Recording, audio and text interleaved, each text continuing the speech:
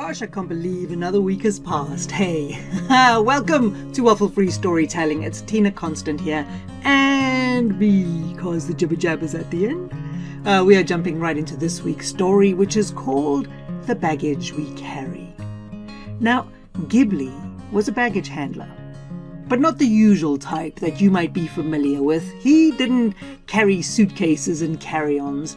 He handled a more personal type of baggage. The stuff and nonsense we all pick up along the way. Now, you won't know he's there. There's a rule about that. His job is to walk with you and help you handle your baggage so it seems a little lighter and a little easier to bear.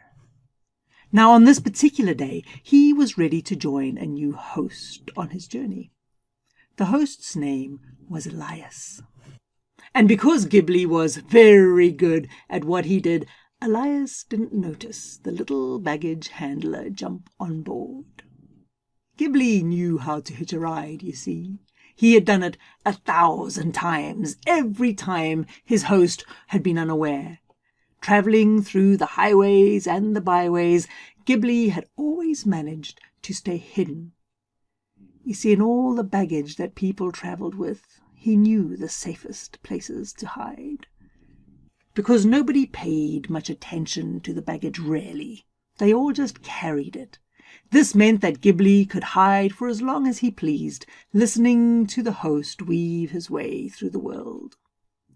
Ghibli heard all of Elias's fears and worries, pains and concerns. As they scaled mountains and trundled across ravines, Ghibli quietly celebrated the joys and the victories with Elias. For the most part, it was a happy journey. Easily, Ghibli thought, one of his best. But lately, things had got hard. There were difficult choices and there were tough roads ahead, until one night, when all the world was asleep and Elias was alone by the fire, Ghibli listened as Elias sent a wish to the stars. "Make me brave," Elias said.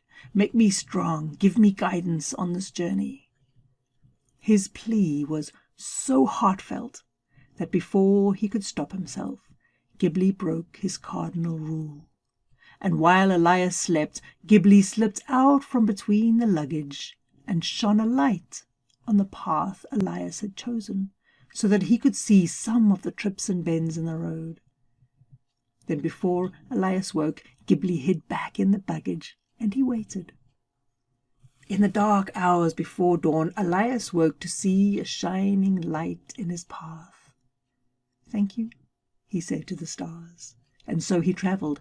Every night Elias sent the same wish to the stars. "Make me brave, make me strong, give me guidance on this journey." And every night after Elias went to sleep, Ghibli would sneak out and light the path. In this way, month after month and year after year, Elias and Ghibli travelled together. Right up to when Elias turned 104 years old, and he was close, so close, to the end of his road.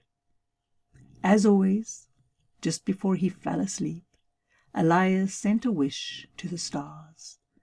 "Make me brave," he said. "Make me strong. Give me guidance on this journey." This time, Ghibli came out from between the baggage and he held Elias's hand. He smiled up at his favourite host and he lit a new path. Elias looked deeply at Ghibli and he smiled. "There you are," he said, "my most true friend." And as the sun came up, the people who knew and loved Elias gathered together and told stories of his remarkable life.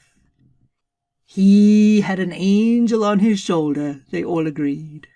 "Ah, something like that," Ghibli said, sitting between a new set of luggage ready for the next adventure. "Something like that." Okay, I'll admit that was a weird one. I don't know, what point am I trying to make? We carry baggage, we know that, we're human beings, we carry stuff and nonsense that, oh man, we should just let go of. But sometimes that stuff and nonsense, I don't know, it helps us, it hinders us. I don't know. How do you know what baggage is useful and what baggage is not? But I like to think we have little guides that shine the light on our next steps, on what we should be doing, what we shouldn't be doing, giving us a little heads up when we're going in completely the wrong direction. And sometimes when we have difficult choices to make, it kind of helps, I think, to ask the universe for courage to do the tough things and the difficult things. Hey, but there you go. Sun shining outside. Let's go play. Have a beautiful, splendid, and spectacular day. And drop around to www.tinakonstant.com for all of the Waffle-Free shenanigans. Waffle-Free Story for Kids is rocking and rolling. All the books are there. And and especially there's a little form. Just if you want to join the Fireside, fill that out and say hi. I'd love to see you in there. Okay, have a beautiful day, and I'll see you next week for more Waffle-Free nonsense. Bye-bye now.